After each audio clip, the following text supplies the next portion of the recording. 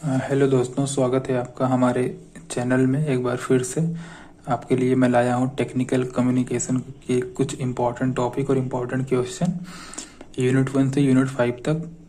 तो जैसा कि आप लोग इस वीडियो को देख रहे हैं तो इसका मतलब है कि आपकी भी हालत नाजुक है ना। तो अभी हम करने क्या वाले हैं, हम कुछ टॉपिक्स देखने वाले हैं और कुछ टॉपिक्स मैं आपको ऐसे ही बताने वाला हूँ ओरली। तो आप समझ लेना कि क्या है, क्या होता है, कैसे होता है, और आपको डायरेक्ट आप जाके उसको लिख लेना, देखने की भी ज़रूरत नहीं है। ठीक है, तो सबसे पहले हम यूनिट 1 में बात करते हैं टेक्निकल कम्युनिकेशन की। सबसे पहले होता क्या है ये देखो यार। कम्युनिकेशन ऐसा कम्युनिकेशन जिसमें हम टेक्निकली बात करें। ठीक है, हमारे पास एक स्पेसिफिक ऑडियंस हो, एक स्पेसिफिक पर्पज हो हमारा। ठीक है, किसी पर्पज के लिए बात कर रहे हो हम। ठीक है, और फिर technical communication is the delivery of technical information to a specific audience. हमारी ऑडियंस भी स्पेसिफिक होनी चाहिए और यही सब इसके फीचर्स भी हैं। ठीक है, तो technical communication and its features, ये ऐसे ही लिख लेना। ठीक है, अब देखो फिर आता है एक इम्पॉर्टेंट टॉपिक जो है general communication and technical communication. तो जनरल कम्युनिकेशन क्या होता है, जैसे हम ओरली यार किसी से बात करते हैं। ठीक है, जैसे आप अपने दोस्तों से बात करते हो तो वो जनरल कम्युनिकेशन है। लेकिन अगर कोई जैसे प्रेजेंट जो कोई इंटरव्यू आपका ले रहा है और आप उससे बात करोगे तो आप क्या करोगे सर, टेक्निकली बात करोगे ना। टेक्निकली कम्युनिकेट करोगे उससे। ठीक है, तो ये होता है टेक्निकल कम्युनिकेशन। आप टेक्निकल कम्युनिकेशन में जब किसी से बात करोगे तो क्या होगी, हमारी जो ऑडियंस होगी वो स्पेसिफिक होगी टेक्निकल कम्युनिकेशन में। लेकिन जनरल कम्युनिकेशन में हमारी ऑडियंस स्पेसिफिक नहीं होती। ठीक है, एक दूसरा डिफरेंट ये हो गया। तीसरा हो जाएगा कि देखो हमारा जो पैटर्न होगा, हम एक सेट पैटर्न को फॉलो करेंगे टेक्निकल कम्युनिकेशन में। लेकिन क्या होगा, हमारा जनरल कम्युनिकेशन में हम टेक्निकल कोई सेट वगैरह नहीं, किसी पैटर्न को फॉलो नहीं करेंगे। ठीक है, और इसमें देखो टेक्निकल कम्युनिकेशन में किसी एक स्पेसिफिक मैसेज को किसी को देना होगा या किसी से बात करनी होगी। लेकिन जनरल में किसी भी रैंडम टॉपिक पे यार बात करते हैं हम, किसी भी रैंडम टॉपिक पे, है ना। जैसे कोई राजनीति में हम किसी से दोस्तों से बात नहीं करने लगते किसी भी टॉपिक पे। वो तो क्या होता है, जनरल कम्युनिकेशन। ठीक है, तो ऐसे ही लिख लेना। दो तीन पॉइंट मैंने बता ही दिए और आप याद करके लिख लेना। ठीक है, जैसे कि जनरल कम्युनिकेशन ओरली ही होगा पूरा। ठीक है, जबकि ये क्या होगा, ये किसी स्पेसिफिक या किसी टॉपिक पे बेस्ड होगा। ठीक है, या रिटन फॉर्म में होगा। ठीक है, तो ये हो गया जनरल कम्युनिकेशन और टेक्निकल कम्युनिकेशन। इसके बाद देखो बोल रहा है कि language as a tool of communication. बताइए कि जो लैंग्वेज होता है एक टूल होता है कम्युनिकेशन का। ठीक है, तो देखो इसको कैसे आप बता सकते हैं। तो इसके लिए यार देखो सिंपल सी बात है, क्वांटम का सहारा ले सकते हो आप। और क्वांटम अगर ना हो आपके पास तो आप मेरे को मैसेज कर सकते हो मेरे मेल आईडी पे। मैं आपको डिस्क्रिप्शन बॉक्स में अपनी मेल आईडी दे दूंगा, आप मेरे को मैसेज करना, मैं आपको क्वांटम सेंड कर दूंगा डायरेक्टली। ठीक है, तो यार इसमें देखना, इसमें अगर मान लो क्वांटम नहीं पढ़ना है या आपके पास टाइम ही नहीं है तो आप मेरी बातों को सिर्फ ध्यान से सुनो। कि जैसे देखो जो लैंग्वेज होता है देखो लैंग्वेज एक टूल कैसे होता है। मान लो क्या होता है कि यार देखो क्या होता है कि यार देखो हम एक इंसान है। ठीक है, और हम किसी बात को ज़्यादा देर तक याद नहीं रख सकते सबसे पहली बात। तो क्या होता है, हम उस चीज़ को याद करने के लिए या कम्युनिकेट करने के लिए लैंग्वेज का सहारा लेते हैं। तो वहाँ पे क्या होता है कि लैंग्वेज हमारा एक टूल की तरह होता है कि हम किसी भी चीज़ को ज़्यादा दिनों तक याद कर सकें। ठीक है, क्योंकि हमारी जो माइंड होता है तो ज़्यादा देर तक कोई चीज़ याद नहीं रख सकता। ठीक है, अगर याद ही रखता तो आपकी नौबत ही क्यों आती मेरा लेक्चर देखने के लिए। ठीक है, तो इस तरीके से हम बता सकते हैं कि लैंग्वेज जो होता है एक टूल होता है। ठीक है, ऐसे आप लिख लेना और आप क्वांटम वगैरह में पढ़ लेना। ठीक है, उसके बाद देखो पैराग्राफ क्या होता है। Paragraph requisites of an effective paragraph, effective paragraph को बनाने के क्या स्टेप्स होते हैं। ठीक है, ये पढ़ लेना। कंपोनेंट्स ऑफ पैराग्राफ, ये पैराग्राफ और पैराग्राफ ये पूरा ये काफ़ी इंपॉर्टेंट है, पढ़ के ही जाना चाहिए आपको। ठीक है, उसके बाद देखो बैरियर्स, देखो यहीं पे समझ लो हाथों हाथ बैरियर्स क्या होता है। तो यार देखो बैरियर्स मतलब जैसे हम किसी से बात करना चाह रहे हैं और कोई चीज़ उसमें बाधा बन रही है। ठीक है, जैसे कि हमारा स्टेज फियर हो गया। ठीक है, हमारा किसी से इमोशनल अटैचमेंट हो गया। ठीक है, अब देखो बैरियर्स दो टाइप के होते हैं, एक इंटरपर्सनल एक इंट्रापर्सनल। ठीक है, इंट्रापर्सनल मतलब कि आपका और किसी अननोन किसी किसी दूसरे बंदे के साथ इंट्रापर्सनल, और इंटरपर्सनल मतलब आपके और आपके ही बीच में कोई चीज़ आ रही है, आपके बीच में ही कोई चीज़ आ रही है, जैसे आपकी इमोशंस आ रहे हैं आपके बीच में, ठीक है, आपका स्टेज फियर आ रहा है, ठीक है, या आप प्रिपेयर्ड नहीं है उस कम्युनिकेशन के लिए, ठीक है। तो ऐसी चीज़ें हो सकती हैं इंटरपर्सनल में। अब देखो क्या वेज हैं ओवरकम करने के लिए बैरियर्स को, कि यार आप किसी चीज़ को जब आप डिलीवर करने जा रहे हो तो आप उसको तैयार करके जाओ, ठीक है। और क्या हो सकता है, और आप सोचो और कमेंट में बताओ। Flow of communication. अब देखो फ्लो, देखो कम्युनिकेशन क्या होता है, फ्लो में होता है ना। जैसे कि मान लो डाउनवर्ड कम्युनिकेशन, इसका मतलब क्या होता है, जैसे कि मान लो कि आपके प्रिंसिपल सर ने या आपके डीन ने आपको मतलब कोई चीज़ हुई, छुट्टी हो गई आपके कॉलेज में, और उन्होंने डीन ने आपके डीन से छोटे वाले लेवल पे जो आपके डिपार्टमेंट के जो हेड थे उनको बताया, फिर आपके डिपार्टमेंट के हेड ने टीचरों को बताया, ठीक है।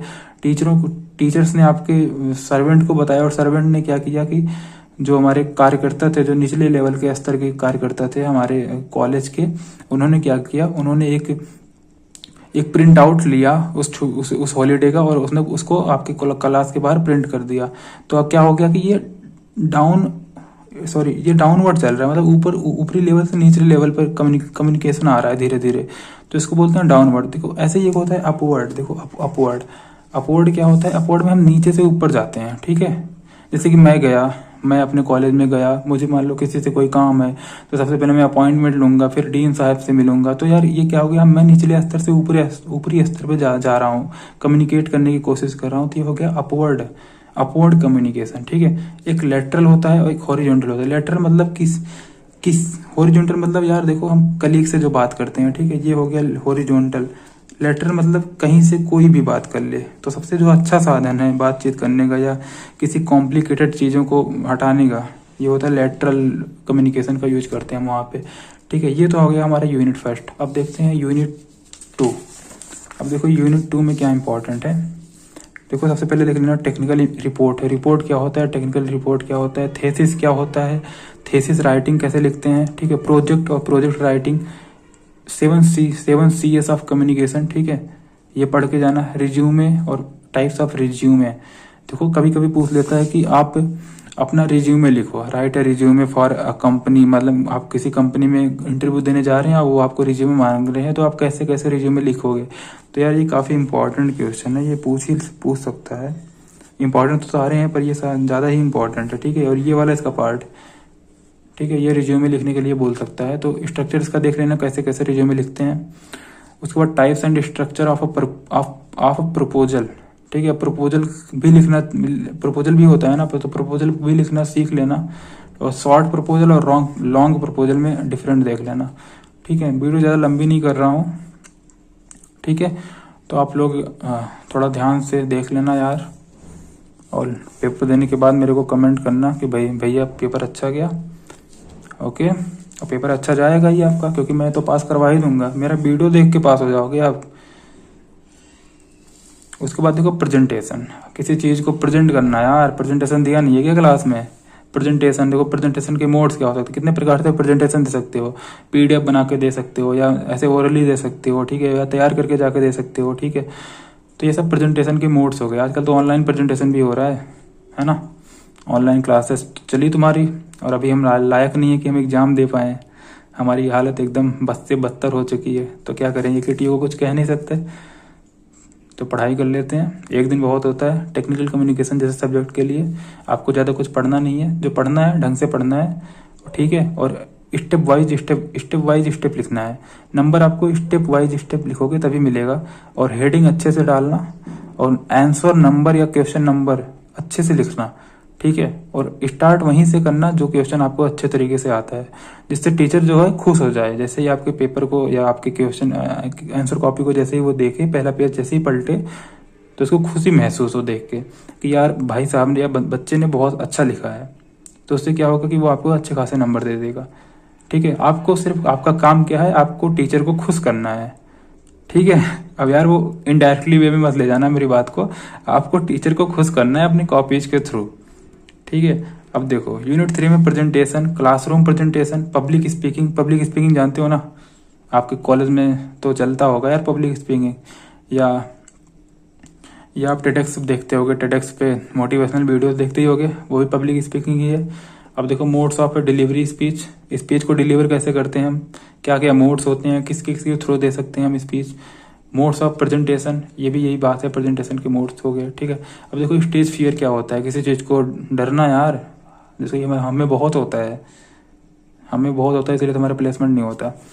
Stage fear, steps of overcoming stage fear, कैसे कैसे कम कर सकते हैं हम स्टेज फियर को, क्या कर सकते हैं, तैयारी करके जा सकते हैं, प्रैक्टिस करके जा सकते हैं बहुत कुछ, ठीक है।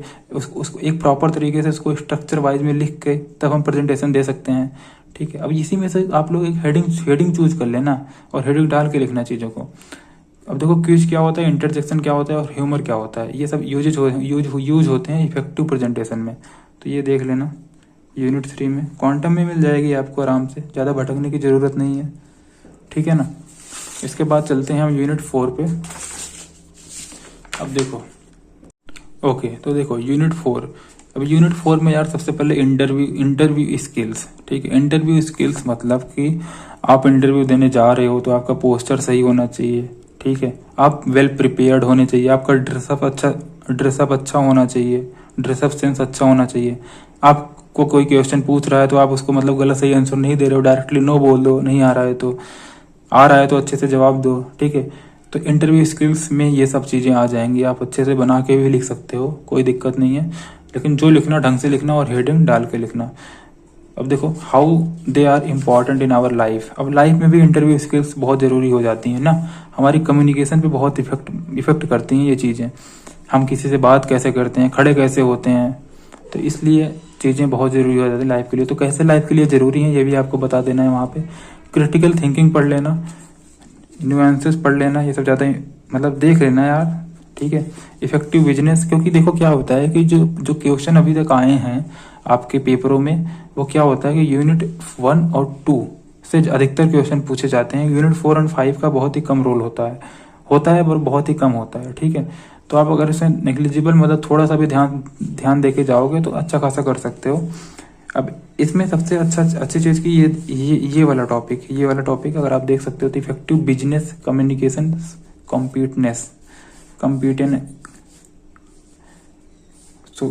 इफेक्टिव बिजनेस कम्युनिकेशन कॉम्पिटेंस, ठीक है। तो इसको पढ़ के जाना, verbal and non verbal communication इसको भी पढ़ लेना। उसके बाद अब आते हैं यूनिट 5 पे, ये भी ज़्यादा इंपॉर्टेंट नहीं है पर देख लो, कुछ क्वेश्चन फंस सकते हैं, जैसे profession, personality, attributes, oral communication, ये देख लेना। एट्रीब्यूट्स क्या होते हैं, ओरल कम्युनिकेशन किसको कहते हैं यार, ओरली कम्युनिकेट करने को ओरल कम्युनिकेशन कहते हैं, ठीक है, सीधी सी बात है। अब एक क्वेश्चन है, how a professional can be evaluated for his personality based on considerateness and empathy, ठीक है, इसको भी देख लेना, देख के जाना।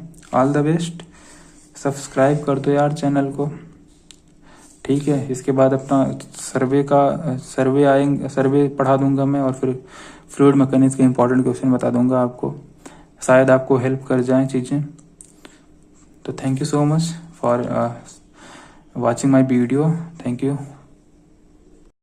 गाइज। प्लीज़ चैनल को सब्सक्राइब करके ज़रूर जाना, ठीक है, नहीं तो यार वीडियो नहीं बनाऊंगा मैं, ठीक है, क्योंकि यार बहुत ज़्यादा हो रहा है, मतलब कुछ तो आउटपुट निकलना चाहिए ना इन चीज़ों का, नहीं तो क्यों ही करेंगे हम इन चीज़ों को। और यार फिर अगले सेमेस्टर की चीज़ें आएंगी तो मैं उसको भी आपको प्रोवाइड कर दूंगा, क्योंकि अभी हम सेकंड ईयर में है ना, तो अगले सेमेस्टर में तो यार सब चैनल को सब्सक्राइब कर लो, ठीक है। थोड़ा मोटिवेट भी करता रहूँगा मैं इस जर्नी में, आपको शायद कर पाऊँ तो। Thank you so much.